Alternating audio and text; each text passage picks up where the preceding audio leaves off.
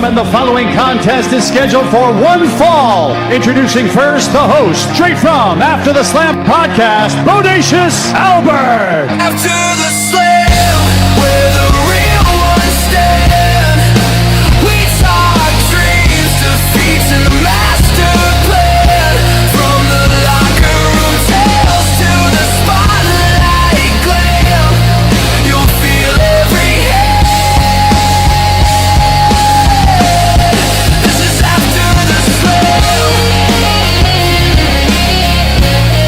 This is after the slam. Body slam gear.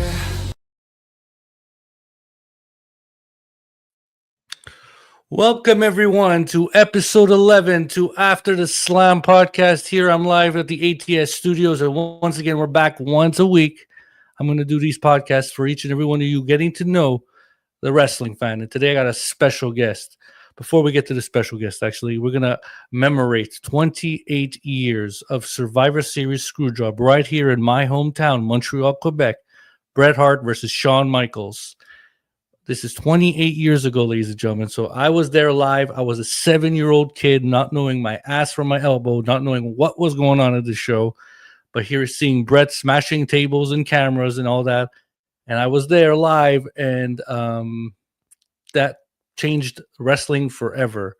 So 28 years today, guys. And ironically, Bret is like 2 minutes from my house doing a podcast with the Johnny Pro podcast at the community center, just a couple minutes from my home. But today I said, hey, I'm not going to that show. I don't want to hear Bret talk about Goldberg and Triple H and the screw job. You know what I mean? So I'm going to be here with my man, Statboy Mike. He's coming from the Casa D18 studio and the Simply Reliable podcast that he does live he does a lot of football drafts. He's going to tell you all that stuff. But ladies and gentlemen, let me bring to you my guest today, the man of the hour, Statboy Mike. Hello, my internet family. Welcome, welcome, welcome. I'm great to be here. I'm happy to join After the Slam, episode 12, not episode 11. Shit, you corrected me. My bad. Hey, I'm a guy of the numbers. That's what I do. Yes, I've got you are. numbers galore. 28 years, man. Oh my gosh. The Montreal Screwjob. I totally agree with you on that. I think I saw it live, but I wasn't at the arena. And that was like, I didn't know what happened. I didn't know that. I didn't think Bret would tap out to his own. He didn't tap. Don't say that. Don't say that. Well, I mean, they made it look like it was, but the Montreal Screwjob just did not kick in until years later, when Shawn admitted to it. Wrestling with Shadows came out, WWE Confidential, Beyond the Mat, and all that stuff. And I'm like, so that's what happened. Okay, got it. Yeah. And then what did you think when he showed up to WCW? It was one of he was like the next domino in line when you really think about it. I mean, because everybody was going. Hogan jumped ship. The Outsiders jumped ship. Randy jumped ship. Medusa jumped ship. Everybody was going to WCW, so it made sense. There was pretty much nobody left that could get that star power, so it made sense, really. It did. But besides that, let's not talk about 28 years ago. Let's talk about the present. Let's talk about you, the wrestling fan. Mike, you've been watching the show from the beginning, from episode 1, and I simply reliable. I am happy to have you on my show. I know you were watching the one with JJ Williams, one of your colleagues. Yep. You were on the show asking questions, making fun of him, and we were doing all that stuff. It was fun. Well, that's what brothers do. We make fun of each other. And I'll say this. I give praise. I give my brother flowers all the time. He is the reason why I sit in this chair every week. He met up with Jeff Meacham, and all those years ago. And he just I told him when I first met him in college, I'm like, I'm a wrestling fan. I watch wrestling. Would you like to watch? Yeah. And we started watching. And this was probably around 1998, 1997, 1998, somewhere in there. And then maybe within 2 years, we took a camera and a tripod and we just started talking. We just would sit in front of a camera and just start talking. And then next thing you know, we start promoting shows and talking about the business and talking about wrestling. And it just grew and grew and grew. And here we are today. It's crazy how you guys met back in the day and doing all that stuff together. And today you're doing it still today with all technology. Back then, the technology must have been messed up. He used a digital camera that could record video. And then it was, take out the SD card, put the SD card in the computer, connect the USB card to the camera, and then go from there. This was before cameras were part of laptops. Yeah. Once that technology came into play, it was fair game. Yeah, I remember that. I remember doing that. I used to do funny skits with an old friend of mine, Tommy. I remember doing funny skits of him, and I doing funny back then. Jackass came out, the show, so we were not doing stunts, but we were doing skits of I was dressed like an old lady, he was dressed like an old man. He'd beat on me. He's like, do my it was stupid shit like that. But yeah, I get the video camera days were the good old days. But yeah, besides the fact, ladies and gentlemen, let's get started to the show. So let's ring the bell, and here you go, Mike. Let's go. You were how old and how young and when and how did you become a wrestling fan? Wow. I go all the way back to 1987. LGN, baby. WrestleMania 3, Andre and Hogan. Okay. Now I do briefly remember the very first WrestleMania. Back then, you could buy some kind of an adapter, and you would literally flip a switch, and you could get closed caption TV, and you could get access to WrestleMania and things like that. Yeah. But the thing with me was, Andre wants the title, and Hogan doesn't want to fight him and everything, and Andre goes to rip off Hogan's shirt, the chain. Mm-hmm. The cross came off. Hogan had this beautiful gold cross. I love that. I would have loved to have worn that. My Aunt Barbara said, you see that big man there? He's a bad man because he ripped off the other guy's cross, and you don't do that. You never touch another man's cross like that. And then, that was the build up. And then after that, I knew about Hulk Hogan, but I just didn't really watch wrestling. I truly started watching around the Greatest Challenge, Undertaker and Hogan, Survivor Series. Oh, wow. Yeah, Survivor Series. That's when I truly started. It's like, okay, I know who Hulk Hogan is. I would watch the cartoons, the vitamins. They had chewable Hulk Hogan vitamins back in the day, the wrestling buddies. Wrestling figures that you could flex, the cartoon Rockin' Wrestling. But I truly started watching when Taker beat Hogan, and then Flair came in and this Tuesday in Texas, and the rest is history from there. So that was, all that you just mentioned, I remember, because I was I see this in previous episodes. Me, it was the Hogan versus King Kong Bundy. Mm-hmm. Cassette tape. I wasn't born SummerSlam. WrestleMania 2. WrestleMania 2. This is the cassette tape. My father. Look, I got balloons coming out of my. Look at this. I got the cassette tape. My father put it in the cassette tape, and I watched that show, and I'm like, I saw Hulk Hogan, and I was enamored, and became a Hulkamaniac from then. But, and then it's cool because you said the Greatest Challenge is what really brought you in. Were you afraid of The Undertaker? I was scared shitless when he came out. I wasn't afraid of The Undertaker. The only thing I did not agree with back then was the body bag thing.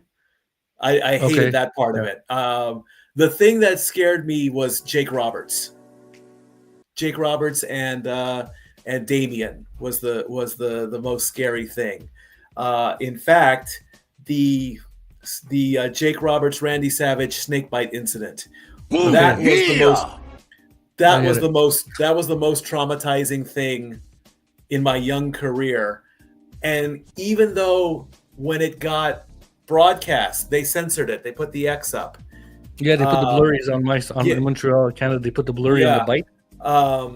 My mom knew what it was. She's like, why are you watching? What? She's like, one, why is that snake biting that guy? And two, why are you watching this garbage? And I'm like, I get that today. Well, that guy is married to that lady, and this guy ruined their wedding, and this other guy is his partner. It's just like General Hospital. Because Randy and Elizabeth were like Luke and Laura, and Jake was like Sonny Corinthos or whatever, and Undertaker was like I don't know, whatever mean cohort there was on General Hospital back in the day, because she was the princess, she was Laura, and Luke was Savage, and then all hell breaks loose. And there was even I got the videotapes too, the Coliseum home videos.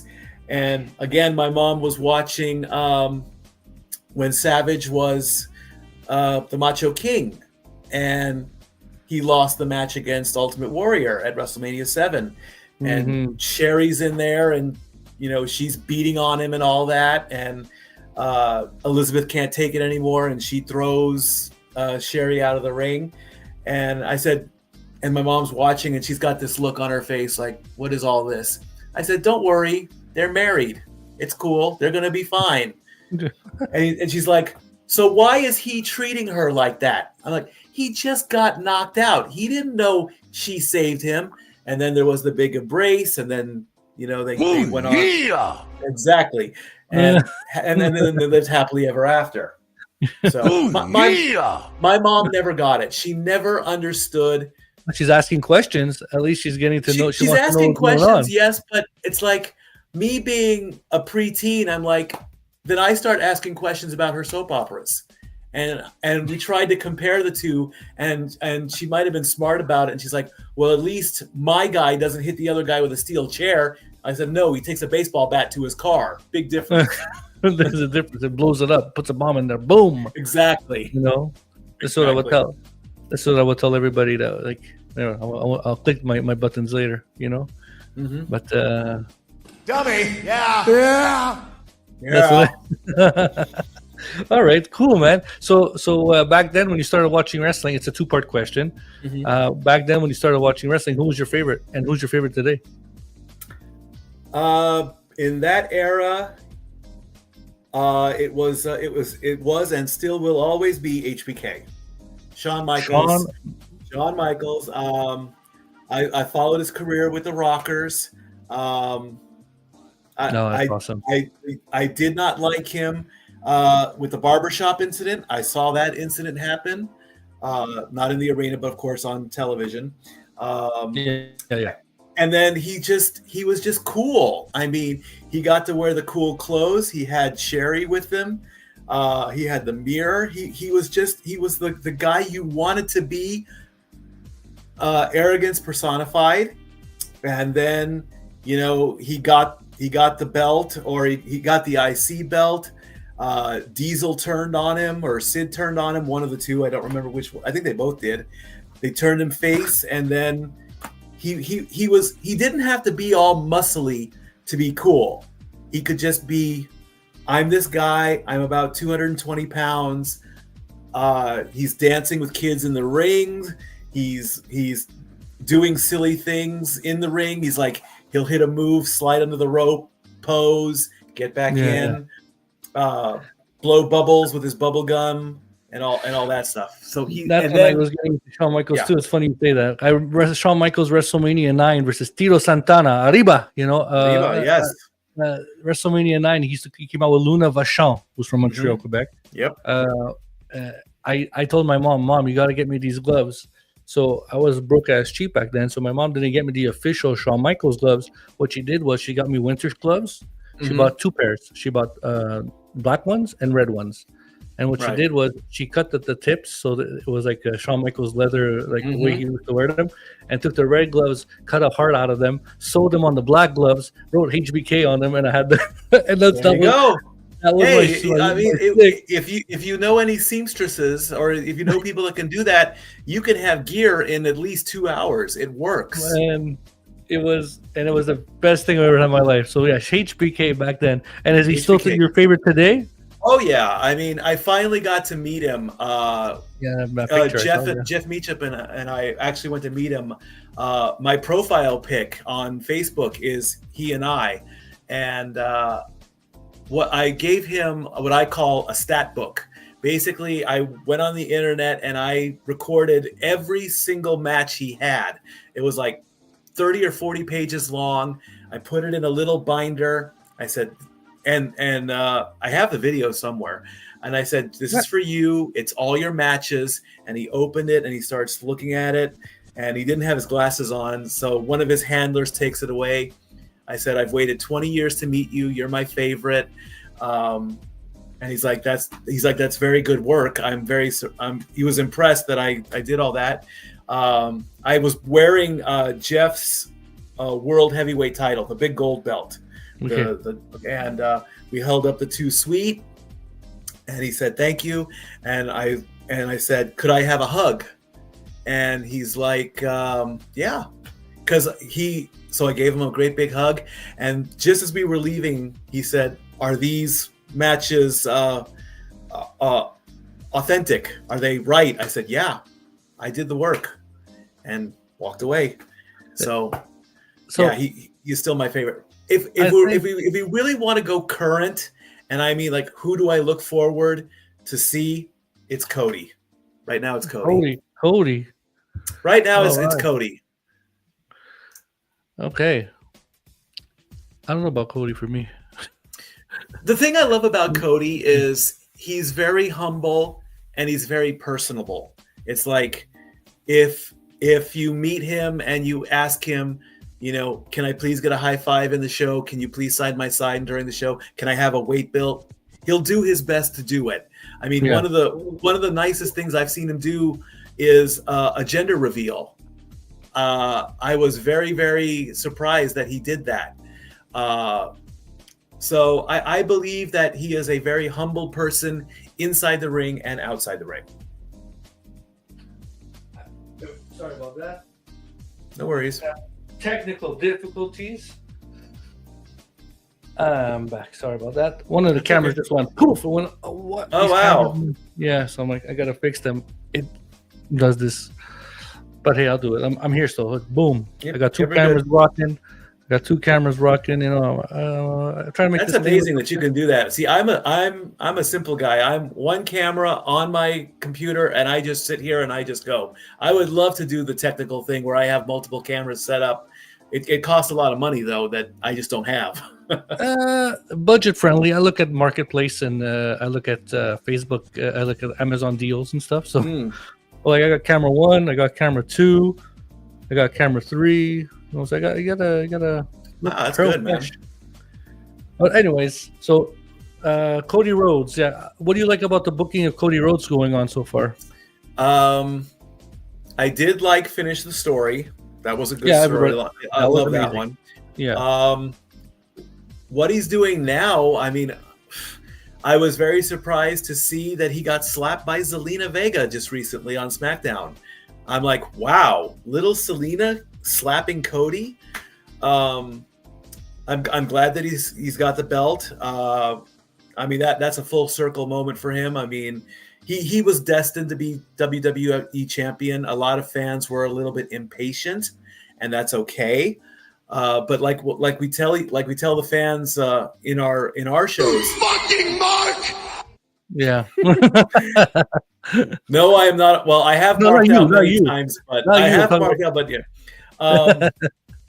let the story cook a little bit. I mean, you don't want to take the steak off the grill and have it moo at you when when it's on your plate. Let it cook. Let it get that juiciness. That's why we had to wait a whole year to finish the story, and that was okay. Yeah. But I would really like to see. I mean, we had AJ come back. AJ Lee came back. Yeah. We had I'd like to see something between. I'd like to see something more with the couples. I would love to see Brandy do something with Cody. We have Becky and we have Seth. I'd love to see something with Jay and Naomi, or with Jimmy and Naomi. Mm-hmm. I would love to see. We kind of did a little something with Taker and Michelle. They're doing their podcast now. Let's bring in another couple. Let's bring in Cody and Brandy and let them do something. Yeah, I would like to see that. Like, I see maybe I'm hearing talks of Brandy coming into with Cody for Survivor Series to fight Alistair and Zelina, but is Brandy? I don't know if Brandy wants to do it. I don't see Brandy. Alistair and Zelina aren't married. I would want them to be married in real life. Aren't they married in real life? I don't think so. If they are, I don't know about it. I think they are. If they are, if they are, good for them. If they're not, who knows? All right. But anyways, next question from my stat boy, Mike. Mike, what I want to know more about what you do for the Simply Reliable Studios and for Casa D18. Like, I want to know more of that stuff. Okay. On my Twitter handle at LBStatKit1977, it says, I am the resident statistician. So what I do is I go around, I do my research, and for every PLE that comes up, I find out how many times they've wrestled. So the most recent one, the most recent, of course, was Punk and Jey Uso.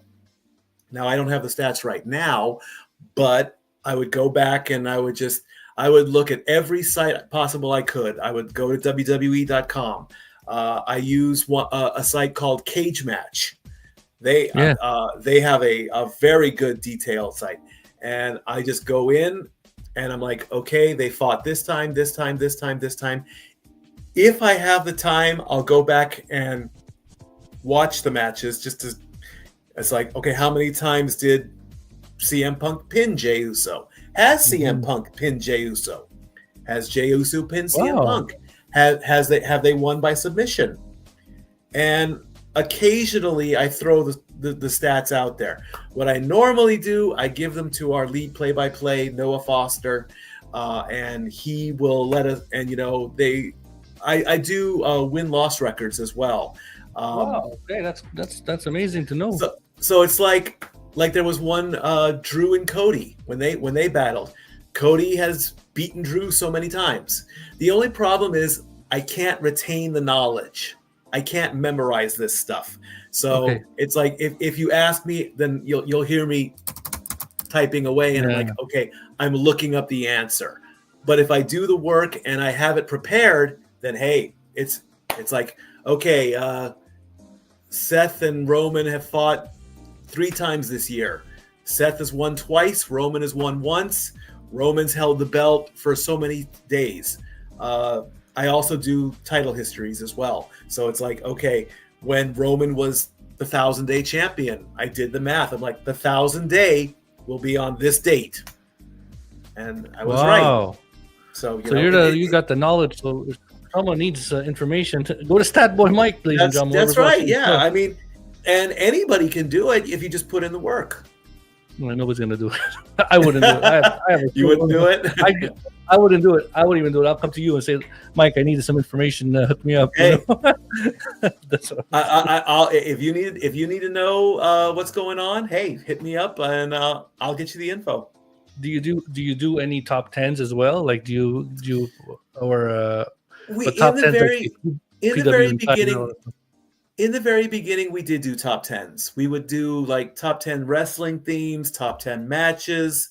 JJ and Jeff did that mostly with their shows, and then I would just throw it. I would throw in my 2 cents. Like and we expanded beyond wrestling. We would do movies and actors. We were our own personal Watch Mojo. It's like we would just pick topics, and then the way I branched out, I mean, I'm like, you guys have got the wrestling covered. I want to cover the sports. I want to be a sports guy. Yeah. You guys, I'll back you guys up, and if you need me, call me in. But I want to do the sports. I want the base. I still love wrestling, but my main focus is the sports.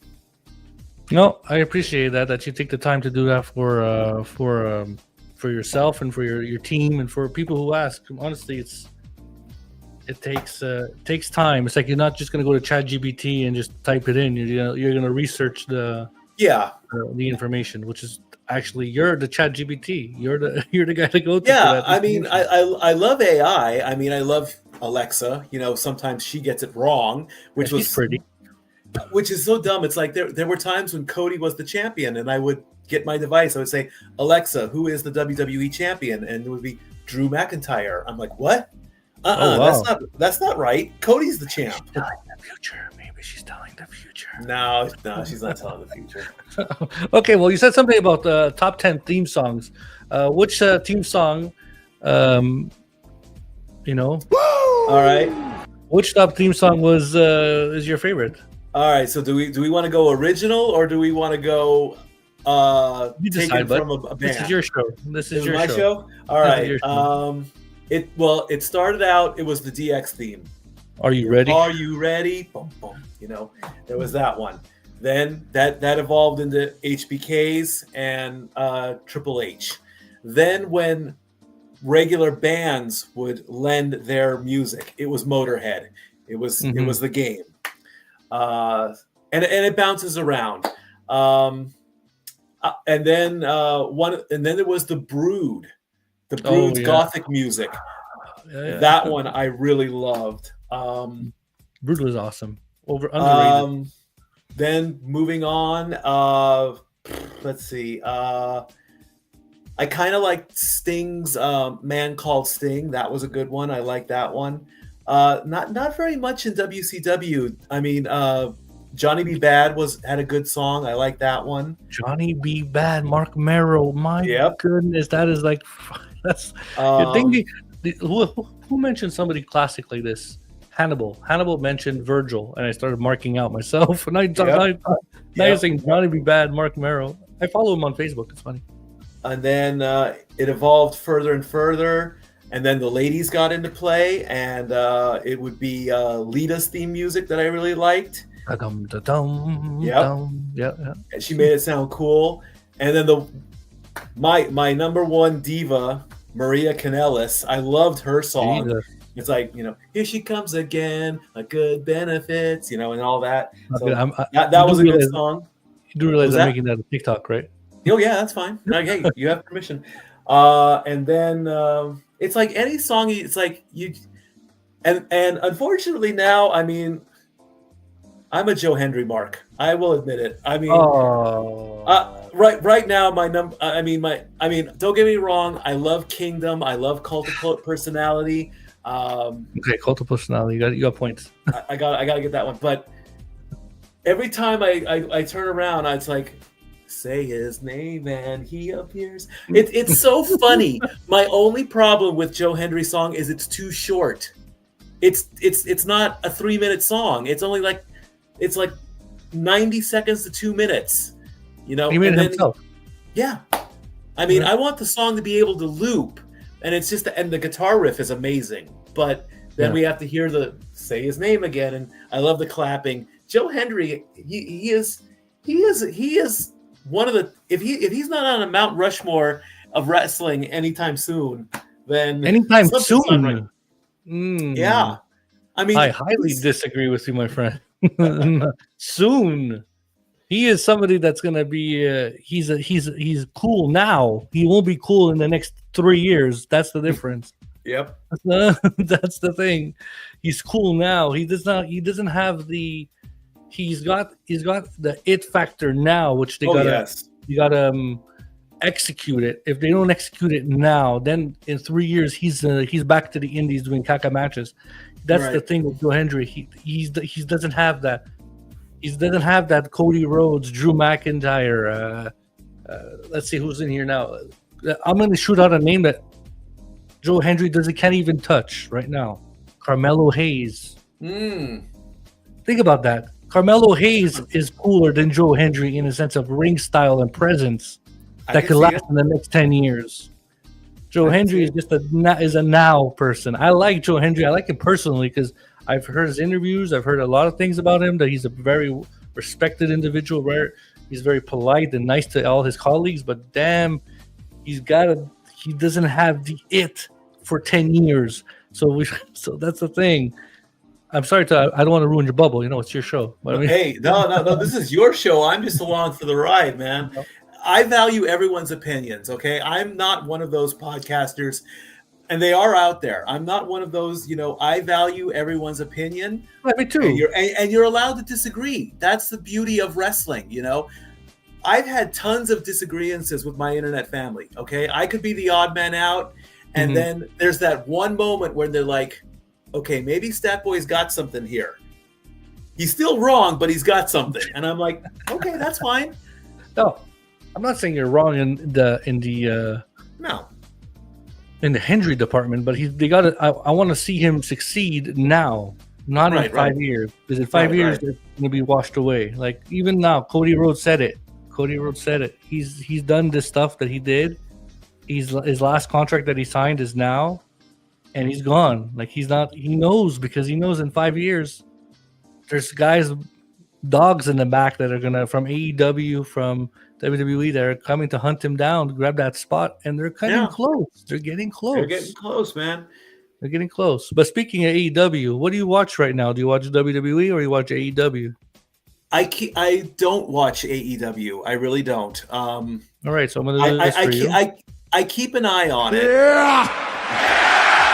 I mean, I'm kind of like Triple H in it's like I know AEW exists, but I have not watched a show all the way through. I know clips, Okay. Now I do like MJF. I think MJF is one of the his catchphrase is, "I'm better than you and you know it." Yeah. Hell yeah, absolutely. If I ever got the chance to meet MJF, he would shred me within 5 seconds. He would take one look at me, and I would have no chance. It'd be like he could just pull out a katana sword and slice me to ribbons, and I wouldn't even. I'd be like, huh, and I'd be dead. That's how good MJF is. I am happy that Jade Cargill is now that bitch in WWE. Yes, that's all I heard about her. When she was the TNT champion, she's like, I'm that bitch. I'm like, I like you. When she came over to WWE, I'm like, oh, they're not gonna know what to do with her. Because I'm sorry, even though WWE is a PG-13 show, AEW is R. I'm sorry. You can't say. I'm on your side on that one. You can't really say that bitch on WWE, but they did. So it's like, okay, we'll put you with Naomi, and we'll put you with Bianca, and we'll be the Three Mean Sisters or whatever, however they were called. Yeah. And then we'll give you the tag team belts, and I'm like, why is Jade playing second fiddle to Naomi and Bianca? Okay, she just came in, and then they do the car storyline. Okay, and I'm like, okay. So she goes away. She comes back. And she's a great mom. I love the fact that she's a great mom. I love that they did that too. And she's amazing to look at. She is physically talented and all those good things that you can say about her. When she came back at Elimination Chamber, I'm like, am I going to get that bitch? Am I going to get that bitch? Am I going to get that bitch? And then she slams Naomi in the door, and they turn Naomi heel. And I'm like, wait, whoa. That's not supposed to happen. No. Naomi's supposed to be the good girl. Jade is supposed to be the bad girl. And they flipped it on us. It takes her beating Tiffany Stratton. And believe me, I was saying Tiffy time for 6 months straight out. And don't get me wrong, I like Tiffany. Yeah. She's pretty, she's young, she's athletic. I don't like to use the word hot anymore because I'm a lot older now. I used hot when I was 20 years ago. But I mean, you got it. It's okay. the young me would be like, "Ooh, I like her."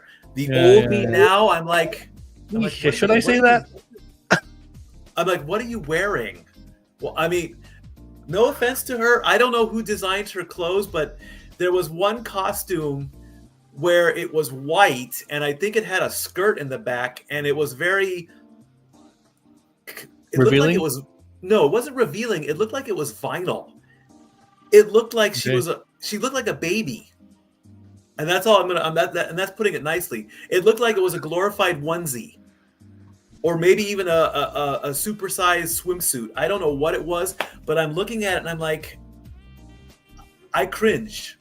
I didn't go all I want to see more. I want to see more. I want to. It's funny. No, I didn't. I didn't do that. A lot happened on SmackDown. A lot of mishaps happened on SmackDown this week. If you know what I mean. Well, Charlotte's goodies came out. Zelina's goodies came out. What else came out? A lot of goodies came out this week. I'll quickly say this about Charlotte. Charlotte is a beautiful lady. Yeah. I have no desire to see her in anything than what she wears in the ring. She did some kind of like body muscle fitness type thing where she was nude. Yeah. And even though Vince McMahon praised it, I looked at it. I said, Charlotte, you're beautiful, but I don't want to see you like that. Yeah, I want to see the queen in her gear. She looks much more beautiful with her clothes on. Yeah. And me saying that at 48 years old, because even though I'm not a dad, I act like one a lot. You're a mature man. You exactly. I mean, the old me, the 20-year-old me, I'm like, oh, look at that. She has no clothes on. Okay, my interest is up. Now, I don't need that I don't need to see all that anymore. Yeah. That's kind of like in the 90s when everyone was getting enhanced. Miss Elizabeth did not need to do what she did in WCW. All right. Okay, now we're getting into the enhancement. I mean, she wore the tight skirts. She wore the revealing tops. She wore the high-cut boots. She did not need to do all that. Listen, I was a big fan of Major Guns in WCW, let me tell you. That's when it gets comical. Yeah. So you said something about the storyline of Naomi and Bianca and Jade Cargill. Mm-hmm. Tell me what storyline intrigued you the most as a wrestling fan? The one that intrigued me the most. Wow, good question. Oh wow, we have to really search here after the slam. The storyline that intrigued me the most. While you think about that, I want to give a shout out to my cousin Anthony, who's going to be a future guest in the ATS studios. He said yo before, and I want to just shout him out. He's watching it right here. Got it. I call him Big Buff to Stuff. Who ran over Stone Cold? Oh, the same thing like JJ. Same thing like JJ. JJ said the same thing. Yeah, because JJ and I were in the arena the night that Rikishi admitted it. So we got to see the whole thing, the whole storyline. We got to see. It wasn't Rikishi though. It wasn't really Rikishi. It was Triple H. We didn't even think it was Rikishi at all. We had no idea. And let me put my hands up here for a second. Let me ring the bell. I have to interrupt you on this one, my friend. Go ahead. I got to interrupt you. I got to ring the bell here. They put Rikishi to enhance Rikishi, but why in the hell did they bring up Triple H afterwards? Like, because they know they fucked up. Sorry, my language with Rikishi. Why did they bring Rikishi first? Why don't you just say it was Triple H in the first place? That's what I remember watching that storyline myself as well. And Rikishi, I did it for The Rock. It was so stupid. And then they know they messed up. They know they messed up that storyline because that storyline could have been such an amazing storyline. Triple H was the easy answer. They didn't want to play that card. So Triple H Austin. Yeah, Triple H Austin, great feud. Rock Austin, great feud. There's always that third or fourth option that people don't think about. Rikishi was that. When they learned that it didn't work, that's why that's why they pivoted. And they pivoted hard, big time. Let me tell you, big time, yeah, big It's time. like, Yeah, I gotta say that. Yeah. yeah. Every time, every time someone says yeah, Mhm. okay, so I got that. So yeah, I like that answer. Shout out to JJ as well. He said the same one. Yeah, I just there's a lot more storylines out there I think that nailed, like the Cody Rhodes finished the story. That one, they were pivoting to The Rock, and they said, that was smart on them to put back Cody in that situation and make him win the title at 40. So my favorite storyline, honestly, I was a big fan of the Edge and Matt Hardy rivalry. Well, that's real. when wrestling got real. Yeah, real. Absolutely. So I like that storyline, and they messed up again. They tend to do this a lot. They messed up at SummerSlam with the DQ, and Matt Hardy was bleeding and all that. Yeah, Should have just like ended it with a pinfall or a submission, whatever it may be. Yeah. But that rivalry lasted about 3 months and ended in a cage match where the leg dropped from the cage, broke his pelvis, boom, boom. But it was that just SummerSlam fight. The first one was like rough and gritty. It was like, and Edge was my guy. Edge, Punk, Becky Lynch. Those are my three that I pick wherever. If I have to go to fight someone, those are my three I'm going to pick. Probably going to get our ass kicked because we're a bunch of pussies, but and I think that was the first time, other than the screw job, where wrestlers or commentators, when JR and King went silent, you knew it was real because they didn't know what to say. Oh, yeah. So as soon as Matt attacks Edge, they're like, okay, now what do? We didn't know this was going to happen. Yeah. And only Vince. And knew. then they tried to just who's Matt Hardy? Who? What? Yeah. Who's that? Okay. So it was shocking. So the word shocking, let's emphasize the word shocking here. I want to know, in your book, Statboy, the most shocking moment in pro wrestling in your eyes, besides the screw job of today's the 28th years of the screw job, celebrating it. I don't know why we're celebrating it, but what's the most shocking thing you've seen in wrestling? Or it could be outside of wrestling as well. I have one that happened actually in Montreal that I want to share with you. You might not even know what it was, but I saw this live and it freaked me out. A lot of things happen here. What is yours, Statboy? The limousine exploding. Oh, shout outs to the unseen Blink Queen from the DWE. Yes, she said the same thing. Because to this day, I still don't know how they did it. I mean, that was a movie quality explosion. Right here, look! I could do this, when I blew up. I mean, you had to get that down to the exact frame to do it, and I mean, the story was so good. ESPN covered it. Yeah. The operator at the then Titan Tower was specifically instructed to keep the story going, and then Benoit happened, and everything went away. Which Benoit ruined everything. Yeah, that could be a follow up. I mean, one without the other, and then Vince coming back and saying and pulling back the curtain. He's like, this was supposed to be my demise. My character was supposed to be done. But now reality sets in. I'm not dead. I'm here. Sadly, Chris Benoit is gone. And then the next day, when everything got revealed, I'm like, damn, was he that sick that had to happen? And, So it's kind of like a two-parter there. It's like the explosion going into Benoit. For me, it was the Jerry Lawler heart attack.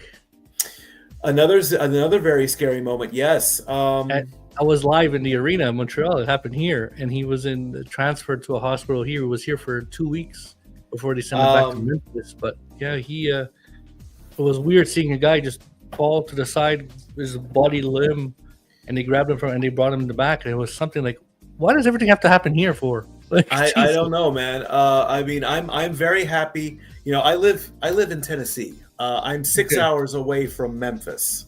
To get to Memphis, you have to go through Knoxville to get there. Mhm. I'm praying that the good Lord keeps Jerry Lawler healthy long enough to where I can go to Memphis and meet him. He's on my bucket list. I mean, Michael Same Cole here. is Same here. the best, greatest hero. I mean, he knew what to do.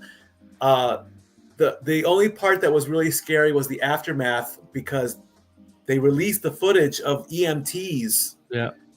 working on him, and you know, that's something I did not want to see. I'm like, That was I scary. get it. I mean, a heart attack is sadly it is part of life. I mean, people have heart attacks. That's just the way the human body is. And then I think he had a stroke like a year or two after that. Yeah. But he's still got his mental capacity. So yeah, that's a very scary moment. But I'm hoping he's okay. Yeah. That's pray for Jerry Lawler. I'm a big Jerry Lawler mark too. I'm gonna put this. You fucking Mark! I am. In fact, Renegade JJ and I, we were actually in the crowd during the filming of Man on the Moon, the Jim Carrey, Andy Kaufman story. My favorite movie. We were in college, and they gave us they had these, you could go out and like volunteer your time, and you could get like a service award. So they said, well, this movie needs extras. We're gonna send you out to the Olympic Grand Auditorium, and you'll be in the crowd, and you'll get to see Jim Carrey, and you'll get to see Jerry Lawler as they recreate Memphis 1980 and wrestling. I'm like, hey, sign us up. We're good. So we go out there. Jim Carrey comes out as Andy Kaufman. Wow. And the director of the movie said, okay, we're going to rehearse and then we're going to film. So Jim Carrey comes out and the crowd starts cheering. Jerry Lawler comes out and we start booing because we didn't get it. And so they do their thing, they do their blocking, and then the director comes on the speaker. He's like, ladies and gentlemen in the audience, please remember, you're not in Los Angeles, California, you're in Memphis, Tennessee. This is the home of Jerry Lawler. Jerry Lawler is the king of wrestling in Memphis, Tennessee. You must cheer him and you must boo for Andy Kaufman. So then we got it right, and we started doing a Jerry chant, and I don't know if they picked it up in the movie, but it was great. We had a great time. We spent the whole day out there.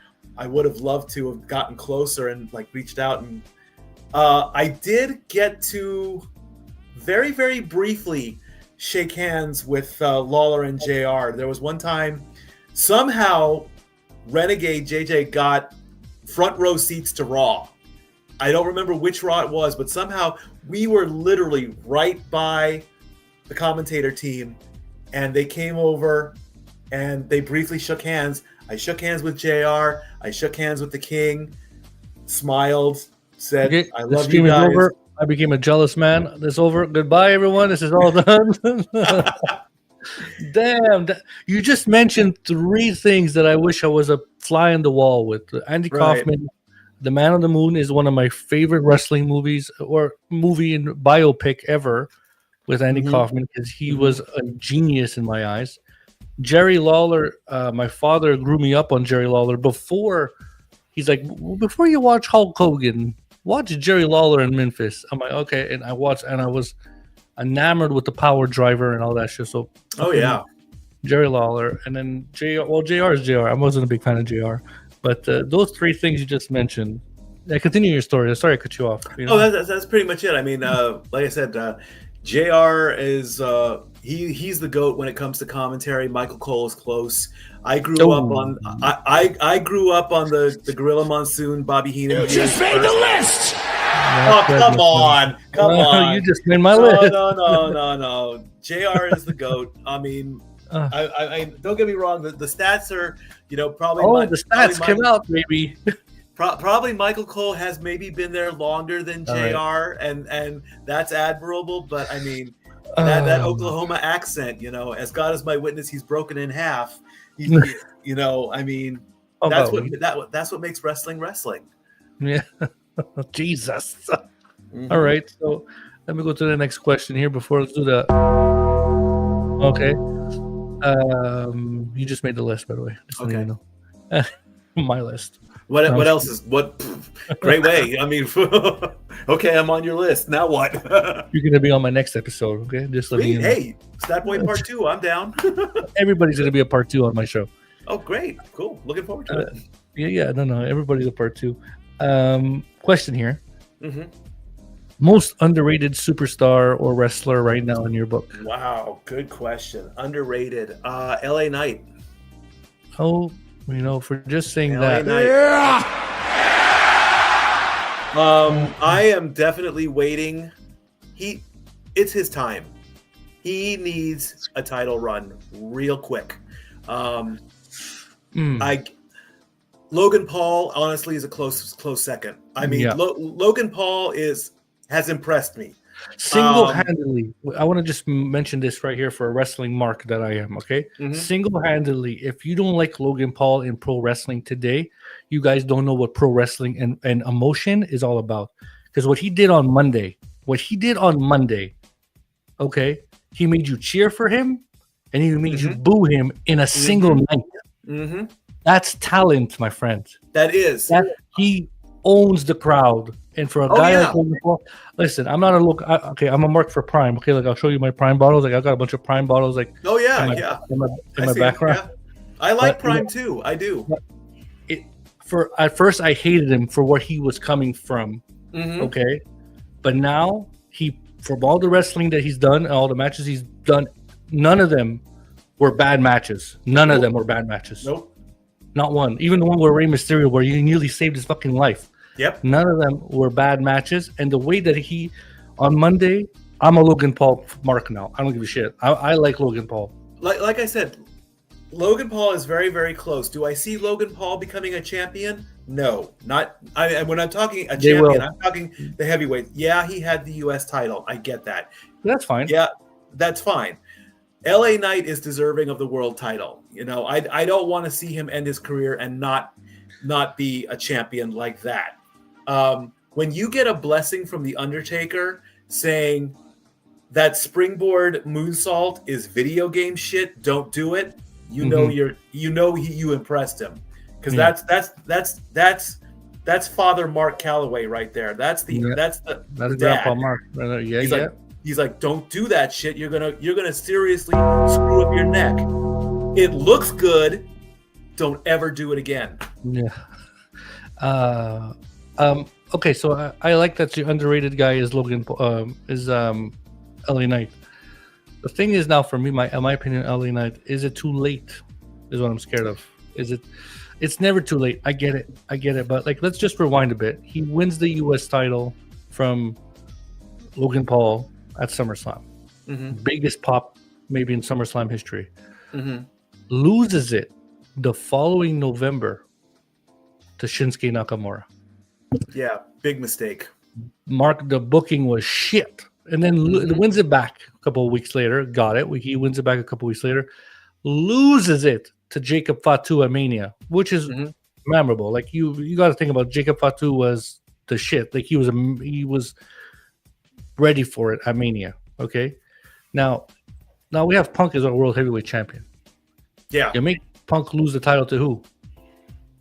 Jey Uso. Because I don't want LA Knight to pin Punk unless you make LA Knight's character switch and make him a little bit more aggressive and more like a Steve Austin, like beat the shit out of the guy with a steel chair kind of thing, like WrestleMania 17. Yeah, beat Punk like that. That'll I'll believe an LA Knight as a world champion like that. I would have liked to see Jey Uso's title run go a little bit longer than it did. I mean, okay. I like him. He's friendly with the crowd. He yeets all the time. The kids love him. The song is catchy. Yeeting though during a match, that might be a little bit overkill. Yeah, I don't even remember how many title defenses he had, if any. I think he had 2. If so, what was the point? You just want to just say Jey Uso's a world champion now? They wanted the Mania opening to be super crazy with the eating with the crowd. I guess and all so. that. I mean, But, answering your other question, is it too late on LA Knight? I would say if nothing happens more within 2 years, you've wasted your time on him. 2 years. Agreed. Mm-hmm. Underrated for me right now, Carmelo Hayes, but I think they're going to be doing something great with him. I'm a big him fan, so like, and then Jacob Fatu, I wouldn't say he's underrated or overrated. I say he's there, but Jacob, when he gets back, I think they're gonna put the rocket on him when he gets back. And I hope so. Absolutely, I liked him. I didn't like the Bloodline 2.0. I just watched. I watched last year's Survivor Series just with my son earlier. Right. He's a big, hold on, let me just put this. He's a big. Acknowledge me. He's a big Roman fan. Like when he sees Roman Reigns, that music come out. Yeah. He stops what he's doing, playing with his Elmo toys and stuff. He's Right. looking at the TV screens, like, and he puts the finger up. He stops. But yeah, you go ahead, continue your story with the 2.0. Yeah. Well, I did not like the Bloodline 2.0, but I did kind of like Jacob. I think once Solo and Tama got in there, and I'm like, there's so many members of the Anoa'i family. I mean, I've lost count now. I don't know what they're doing. So, I think once Roman took out Solo, that should have been it. I don't know what they're doing now, but I mean, it's like, I hope one day they put them all together as one, like an NWO faction. that could Put them work. all together and destroy all the rosters from Raw, SmackDown, NXT, AAA, Evolve. Go in all of them and beat them all in, and prove like they wanted the whatever family they are. Make them the top family. Like that. If they put them all together, unstoppable. You get that one leader, the Roman Reigns. Then from there you do that for a couple months, and then you start breaking them apart again. Like Solo's jealous, or Jay's jealous, or Jimmy. Jimmy's like that's another underrated guy, Jimmy Uso. He's got the talent in the ring. He's got the comedic value. He's got the good acting. I prefer Jimmy over Jay any day. They just put Jay over because they eat, but. Yeah, I'm a no eat kind of guy, and the WrestleMania 40 match against each other was horrendous. If I was Dave Meltzer, it was a negative 65. Wow. So yeah, it was, and that just proves the point that these two do not belong as singles. They belong together, and there you go.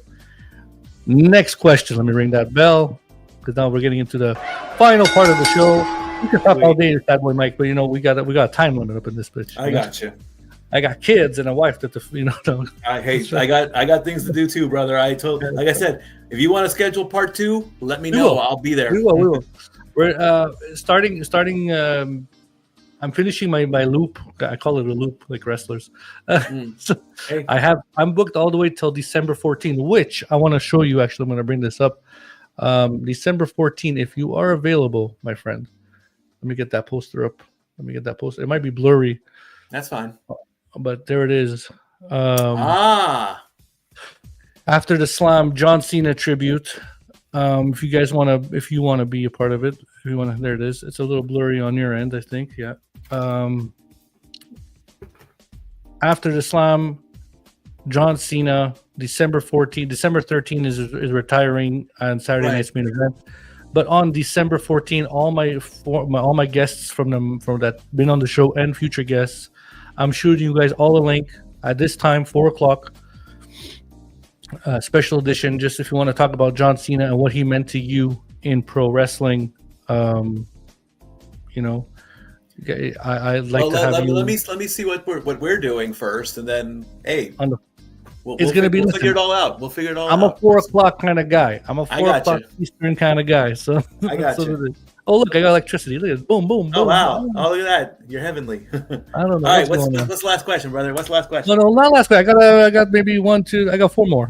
Four more. Oh wow, we're Four gonna more. be here a while. All right, go 4 ahead. more. No. 4 more. We're All good. We've got 45 people watching the show. Everyone, thank you. We got comments. I haven't looked at the comments. I've been playing with my buttons. Let me look at the comments here. Who's this here? Never mind wrestling. Let's talk World Series coverage. All right. Sorry, buddy. No. Okay. Now he's Montreal. We don't want to go over to Toronto. I covered the World Series. I'm good. We don't need to push that button anymore. Very funny, Nicholas. Okay. That's me. That's you that wrote back. Okay, that's That's you. me. Jane. All right, we're back to the show. Okay, go ahead. Doesn't matter what you think. Let's go. So, if you have to book a WrestleMania match, a dream match of yours, who would it be? Anything. Main eventing WrestleMania. It's the one I really hope is going to be John Cena's last match. I'll say it right now. I want Cena versus Hendry. And we're shutting the show off today, right now. Ladies and gentlemen, thank you for After the Slam episode 12. We are done for today. Jesus Christ, bro. I mean, we can't break the glass and bring Undertaker out, and we can't break the glass and bring Sting out. That era has passed. As much as I would have loved to have seen Undertaker Sting, I'm over it. So, I mean, Cena and Joe would just rock the house and do it. I mean, there's talks about it. I don't see. I mean, if after Cena hangs it up, I don't see Cody and Hendry. I don't see the point in that one unless Joe Hendry gets the TNA title back and make it title for title or put them in Crown Jewel. But right now, I'm Cena Hendry all the way. Yeah, I don't see that Hendry Cena match happening anytime soon. But okay. That's I'm not a fan. I don't know what it is. He's missing something. I told you he's missing something. There's something. He's got the look. He's got the song. He's got the wave. He's got the smile. There's a reason why they're playing. And what he's doing on NXT is funny and comedic. But okay, so you want Cena, Hendry, WrestleMania? That's your dream match. Yeah, I mean, okay. If he's hanging it up, then I will take Cody as a backup. I think Joe Hendry's going to face LA Knight on SmackDown next week. That's what I think. I think Hendry's that mystery guy. I think Hendry's that mystery guy. So maybe. I don't think Jericho's coming in. I don't think Edge is coming in. I don't think none of that shit's happening. But I think Hendry is going to be facing LA. Hey, you know what? LA Knight should be the one to retire John Cena. No. No? Okay. No. Okay. Next question. Boom. Next question. Albert, I guess you just made the list. Yeah. Survivor Series match. Let's see. You just mentioned the Bloodline 2.0. If you could pick yourself and 4 other men to join you to face the Bloodline 2.0, who are your 4 men to pick as your Survivor Series team? And who is the sole survivor and who's winning the match? I'd go Rock, Roman, Sammy, and Punk. And who's winning? Oh, we are. Who's the last one to make the pinfall? Oh, clean sweep, hands down. We're because there's no comparison. I mean, Bloodline 2.0 would fight tooth and nail, but I mean, we would clean sweep. I mean, we'd take out Tama. We'd have a problem with Jacob. We'd probably eliminate Solo. We'd probably eliminate, and then we'd probably. I think Jacob would be the last man standing for Bloodline 2.0. I like that. Yeah, I like that. It's a good. And just for fun, we beat up on Paul Heyman too, if he was still part of it. Yeah.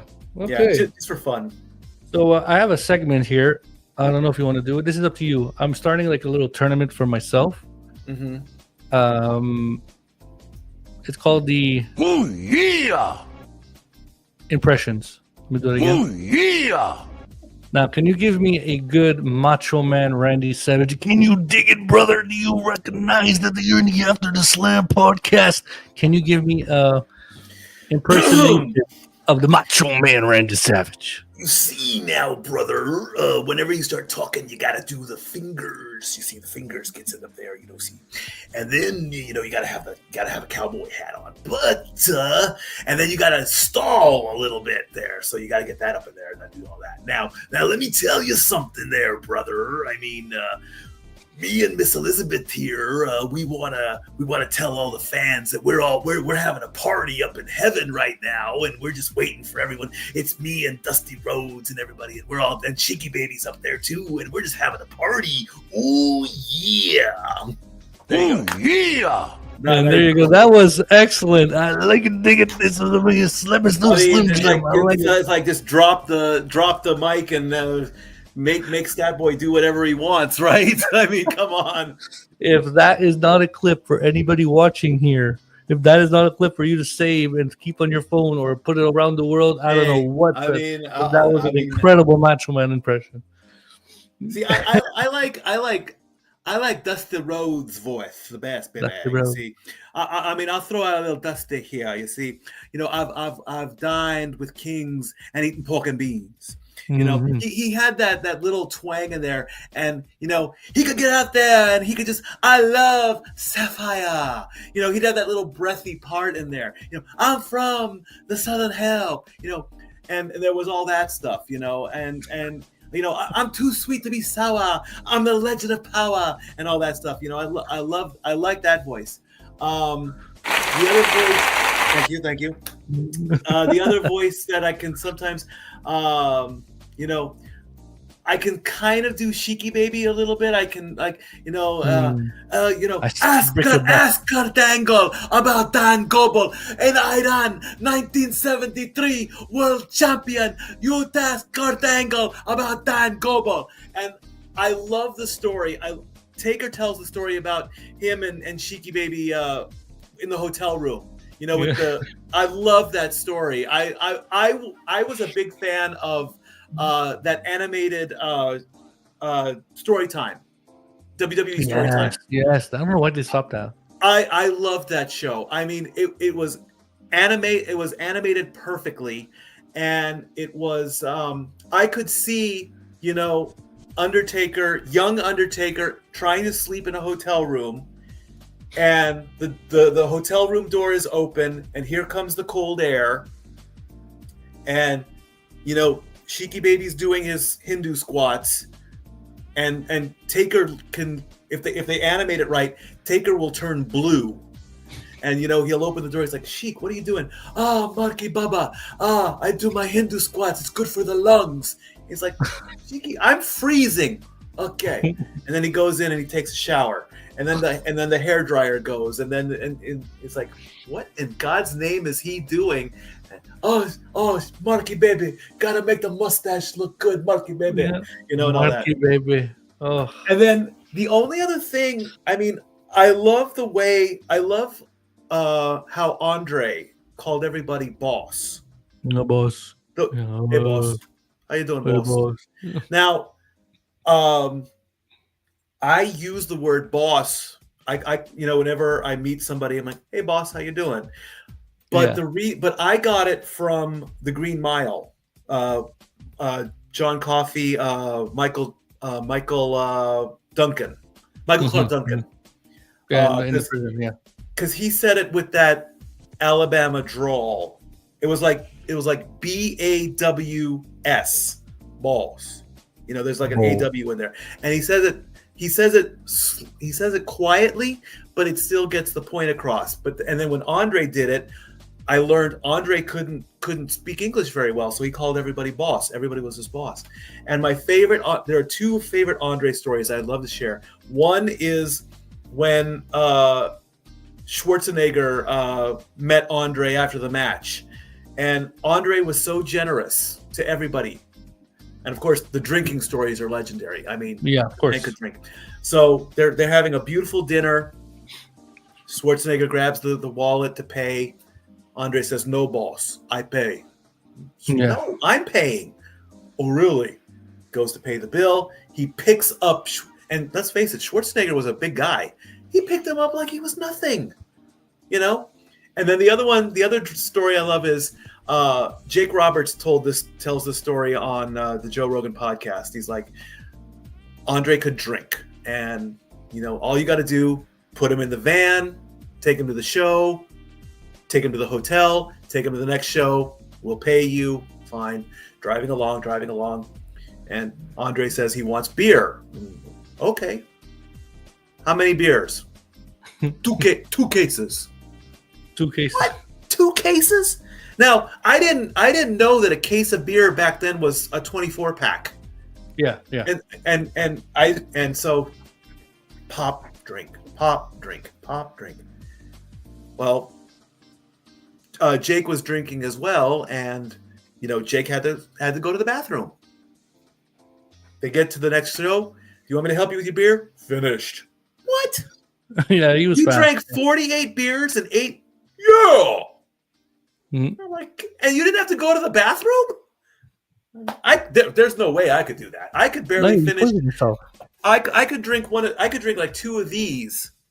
I got to go to the bathroom with soda in like 2 hours. No. Andre was an incredible specimen of life. You watched his documentary? Documentary? I did watch the Andre documentary. Like I say, I love the drinking stories. I love the ones are the best. I mean, I was there for 106, brother. I didn't know that he liked to drink wine. I mean, wine I think is less toxic than beer or the mixed drinks. But then I remembered, he's French, so French people drink wine. Yes, we do. But I am French here. I live in. But I mean, 12 bottles of beer in one, or 12 bottles of wine in crazy. One night. That's crazy. I barely could go through one bottle of wine when my wife scared. It would take me at least maybe. It takes me a week to go through a bottle of wine if I drink wine. Jesus Christ! Beer is beer. I mean, I can drink a beer with dinner and I'll be fine. I could I could do a couple shots. There is no way in hell I'm gonna and Renegade knows the stories too. I mean, I think I once got giggly after 3 tall cans of Bud Light or whatever, but that was like 96 ounces of beer, and I'm like, I'm good. Good night. Beer on the wall, 96 ounces of beer. Exactly. Down. I'm a fucking Mark. Jesus Christ. All right, Statboy, we're going to wind down the show. Again, thank you very much for being on the show. We are going to do this again. Oh, yeah. If you're available on the 14th of December, you're more than welcome. I'm going to shoot you out the link. Pop in, say a few words for John Cena here on After the Slam. We're going to do a tribute for him. Our favorites and our dislikes about him, but it is what it is. It's about John Cena. Yep. I got one question here that my friend and I just recently bought the tickets for a SmackDown and Saturday night's main event that is coming here to Montreal on January 23rd and the 24th. I want to know, have you seen any ticket prices of WWE lately?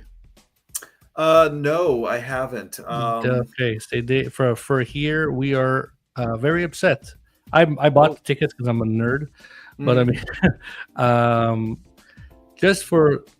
I think now that they're doing double nights, I want the world to know you are more likely to buy cheaper tickets buying both nights than just a single night itself. Right. I just want to go to Saturday night's main event. And what happened was the ticket in the nosebleeds in the Bell Center were $579 Canadian. Wow. Nosebleeds, guys. The front row was $7,000. Oh my God, dude! For Saturday night's main event, and SmackDown, the same price. But guess what? When you buy double, buy for both. And I'm not doing this for WWE's marketing or anything, but if you buy double both, okay, you get it 50% off. I don't understand. Wow.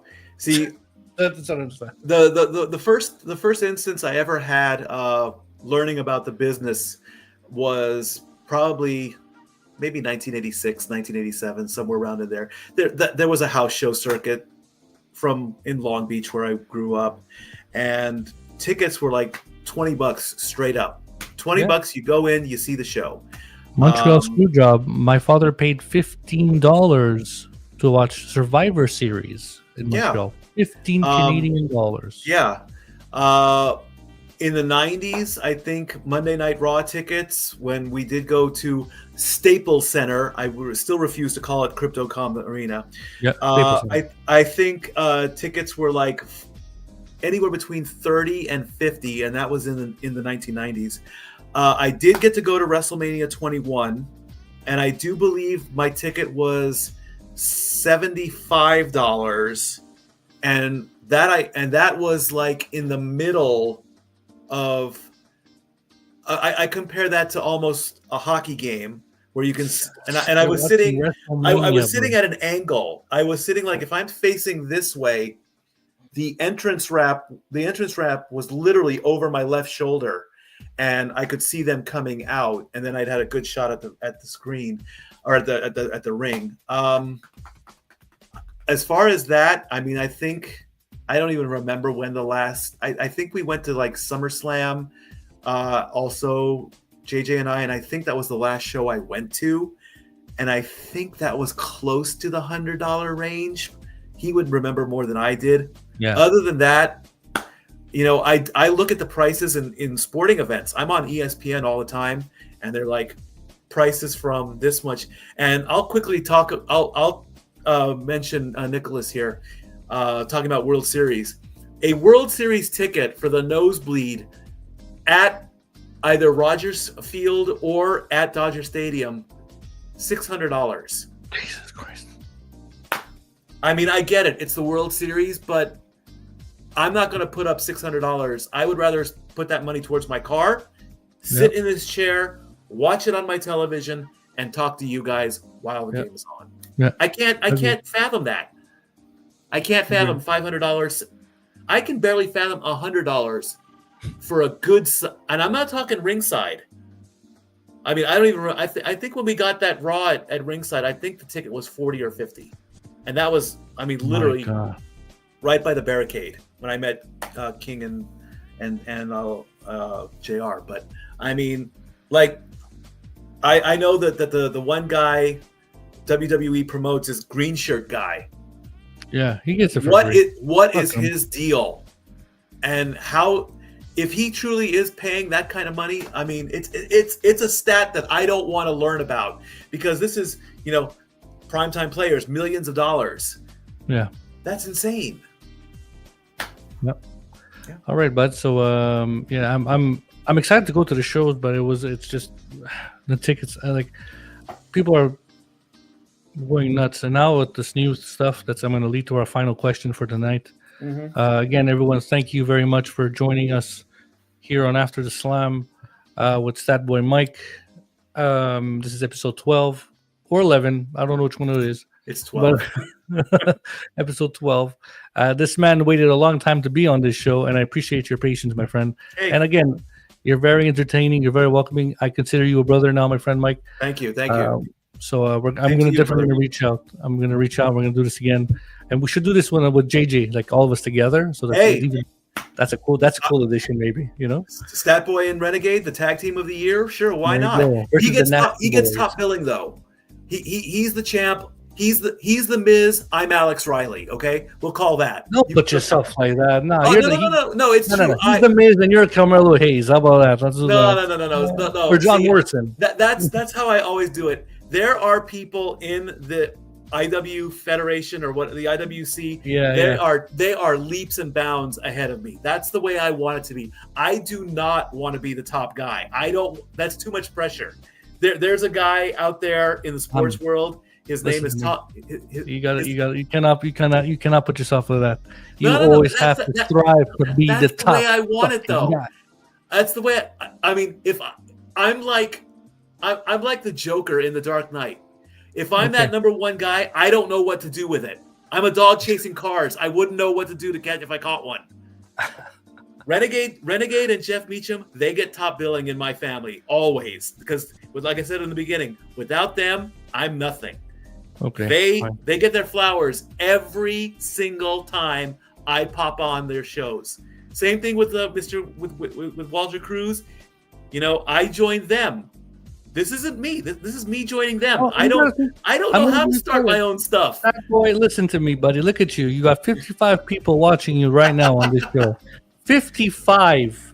Okay. When I started this, I started with 12 people watching my live show.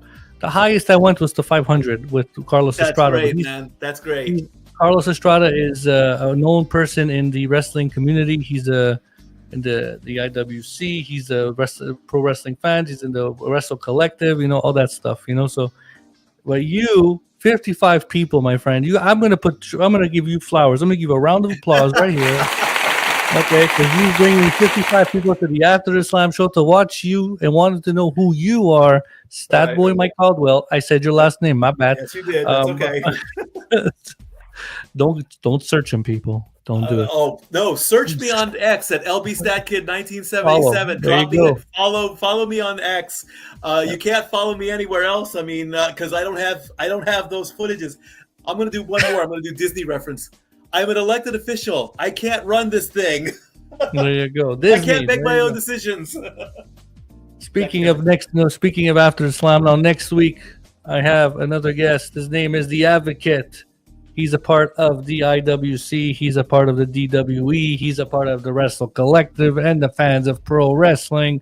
Let me put that a bit higher. How do I do that? Oh, no. The animations are very good, by the way. You got mine very well. I was severely impressed with your animations. That is amazing that you can take a guy that looks like me and turn it into something that's cool that I would love. I mean, it's like, wow, you got the Greek flag, you got the hat, you got everything perfectly. And I was very impressed. Send me a picture. You told me to send me a picture, and I do it. This is stuff I do in the end. I do a lot of drawings, stuff for like to entertain myself. There you go. So this is it. This is the show next week. The Advocate. I can't of Enochism. I don't know. I can't even pronounce that shit. But anyways, The Advocate. I'm excited to have him. He's a big character in the Wrestle Collective, so he's gonna be fun to be on the show. Let me put me back on the camera. There I am. This is what I love about my switcher. I could do this. I could do this. Oh wait, I could do this. I could go here. I could go there. This is what I mean. You got to update, and then like I was saying before, coming after the new year, we're gonna be doing a lot of live interviews. I'm gonna do a fewer live streams, but live interviews. Like I'm gonna be out there interviewing people. I got a big wrestler called Drew Onyx. Here's in Montreal. He actually trained Kevin Owens. He trained Sami Zayn. He's a big. Maybe we could put that image right there. Oh wow! Look at that. Yeah. So he's the guy amazing. That Torture Chamber Pro Wrestling Dojo. He's the one who trained Kevin Owens, Sami Zayn. Who else did he train? He trained. If you guys remember, Schism from NXT. A lot of Sylvain Grenier. He's one of the guys. So I'm going to be doing his podcast in his professional wrestling training ring. So the podcast will be live in the ring, camera set up and everything. So I'm excited for that. That's great, man. So after the new year, the podcast is moving up, and I'm going to be so thankful for each and every one of you who's like for you, Mike, that been on the show. That's making me. We're just building the show, and it's not about me. It's not about Bodacious Albert. It's about the character and the person, the wrestling fan like yourself. Right. And that's what it's all about. Now, let me go to ring my final bell, ladies and gentlemen. It's the final question, which we're going to add. Final question. I say this to every single of my guests, and I think you know which one it is. Where do you see pro wrestling in 10 years? Oh, wow. In 10 years. I think that maybe if the technology stays the way it is, I think that WWE would somehow do that Oculus thing, that giant VR headset, to where you can see what it's like, like you'll see CM Punk getting in your face, like the cameraman will be taking a picture of CM Punk, and like he's looking into the camera, but while you're wearing the headset, it's like he's looking at you. And then now I don't want to see the person walking around the room with a VR headset on. That's dangerous. So it's like if you're sitting on the couch, or you're sitting in your bedroom, or you're sitting in a chair, and you can get like that 360 degree type shot, that would be pretty cool. I would also like to see, I don't know how many I would like to see WWE produce meet and greets virtually. I know a lot of wrestlers go through third people companies. Cameo, yeah. They do Cameo and Vimeo and that stuff. I want to see the WWE produce it. I mean, Cameo is a good thing, and I would love to get a Cameo, but I would like it to be almost like a little more live than taped.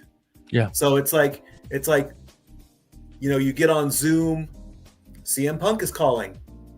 Oh, hey CM Punk, how's it going? Hey man, how's it going? I hear you got a birthday coming up, and that kind of thing. Other than that, I mean, HD, that I think is already a thing. I would also maybe like to just have it on one network. Because for you guys, it's all over the place. It's ESPN, it's Netflix, it's USA, it's NBC Peacock. Can we just have one network and just leave it at that and stop bouncing all over the place? Because that's four subscriptions that I don't really have, that I have to pay for. But other than that, I mean, they don't seem to understand that point, I feel. Yeah. So other than that, that's where I'd like to see it go. I'd like to see like the Oculus VR thing, live Vimeos and Cameos, and maybe just one network all the way. And what do you think about the rumors going around with the TEO president trying to change the PLE names? If it's not broke, don't fix it. Leave it alone. That's what I think. For me, as a wrestling for a WWE fan, I hate saying this, an AEW fan, but I'm like, I watch it when I could watch it. I'm not going to tune in, sit on my ass, and watch AEW Dynamite or Collision. I'm going to watch Raw and SmackDown for my kids because they know who they are. And like, I'm not going to go, oh, it's Dynamite, I've got to watch it. No, I'm not that fan for AEW. But if they're going to do that to WWE, I think that's where I think already with WrestleMania and Rumble and going to Saudi, going there, that it takes away from me. Maybe I want to go to Mania this year. I got to go to Saudi Arabia. Fuck it, I'm not going. But like, if they're gonna plan on changing like WrestleMania, calling it WrestlePalooza or Royal Rumble to the Rumble Shuffle, to change the names, if you're gonna start doing that, people, I will not watch your product ever again. I'm gonna take down these championship titles that I have of WWE. I'm gonna put them aside in the closet, and I will commit not watching that product if you do that. That's the lowest of the lowest blow you could do to a wrestling fan. I mean, the Saudi thing is a very touchy situation. It's money. It's money. I've said this many times on my show. I say, I do talk wrestling before Monday Night Football. I said a little time ago, Saudi money to me is scary. I don't know how they do it. I don't know what their financial structure is. I don't want to know. I feel like they have a printer in their closet and just print it out. Maybe. I don't know. But you got to be careful what you say, because they could be watching and they're like, who is this guy? So I dance on the ice pond there. Yeah. If Saudi money can magically remove the debts of millions of people, do it. Yeah. But do it the right way. That's all I ask. I don't want to make it sound like, do you know what I had to go through to get this money? No, I don't want it then. Yeah, I don't want to know that dirty money. It's to the point. It's to the point. Like, listen, already you did your crown jewels and your super showdowns, and we're already going to Saudi as a wrestling fan and watching it. But that's obviously for me, from Montreal to Saudi Arabia, I'm not going to go. Obviously, I'm not going to spend that money. But I can't set foot over there. I can't do it. Yeah, neither will I. But the fact that you're going to change our childhood and our roots and what made us pro wrestling when it comes to SummerSlam, Survivor Series, Royal Rumble, WrestleMania. Yeah. Forget about all the other pay-per-views. I don't give a shit if you're going to change the Money in the Bank calling what are you going to call it? Opportunist. Who gives a shit about that? But those four, don't Leave change them them. alone. Leave them alone. Leave Their them legacy alone. is cemented. Don't And tarnish it's it. because it's related to Vince. Fuck, he's not there anymore. It doesn't matter. If you want to cancel what Vince McMahon did, cancel pro wrestling. Because at the end of the day, without Mr. McMahon, Vince McMahon, there wouldn't be a WCW. There was not going to be an AEW. There wasn't That's even none right. of that. So That's stop mentioning whatever he did. It's just his problem. But don't penalize the fans for what we grew up on for that shit for him, because he's not there no more. There And that's it my is. final statement. There you go. I love it. All right, brother. Statboy, I thank you very much. 60 people. Let's. I'm just going to ask you to There you advance go. to your camera, because I am going to do a screenshot for our thumbnail. All right, let's go like that. And let me put myself over here. Nope. Let me move this here. There you go. And got the screenshot. Thank you very much. You're So welcome. that's going to be for a thumbnail for the YouTube. And sir, again, I'm going to thank you once more time. I'm going to thank you 1,000 times. I'm going to thank you after the show. I will send you the links for the Spotify, so you could rewatch and listen on Spotify. Sweet. So also follow and like, subscribe, hit a rating on Spotify. It helps the algorithm for me to move more, than moving up in the Right. ranks of the wrestling podcast. Because there's as we all know, there's a shit ton of podcasts of wrestling out there. Oh, yeah. But guess Absolutely. what? Guess what? There's not one for the wrestling fan. So if we could change it, let's bring it up after Let's the do slam it. for the wrestling fan. All right. All right then, Mike. Thank you very much. I'm gonna put you backstage. Don't go out. Don't go anywhere. I will talk to you after backstage. Bet. Statboy And, out. Thanks, guys. That boy out. Thank you very much, guys. Thank you very much for After the Slam. This is episode 12 with Statboy. The man has come around! Ladies and gentlemen, the following contest is scheduled for one fall. Introducing first the host, straight from After the Slam podcast, Bodacious Albert. After the slam!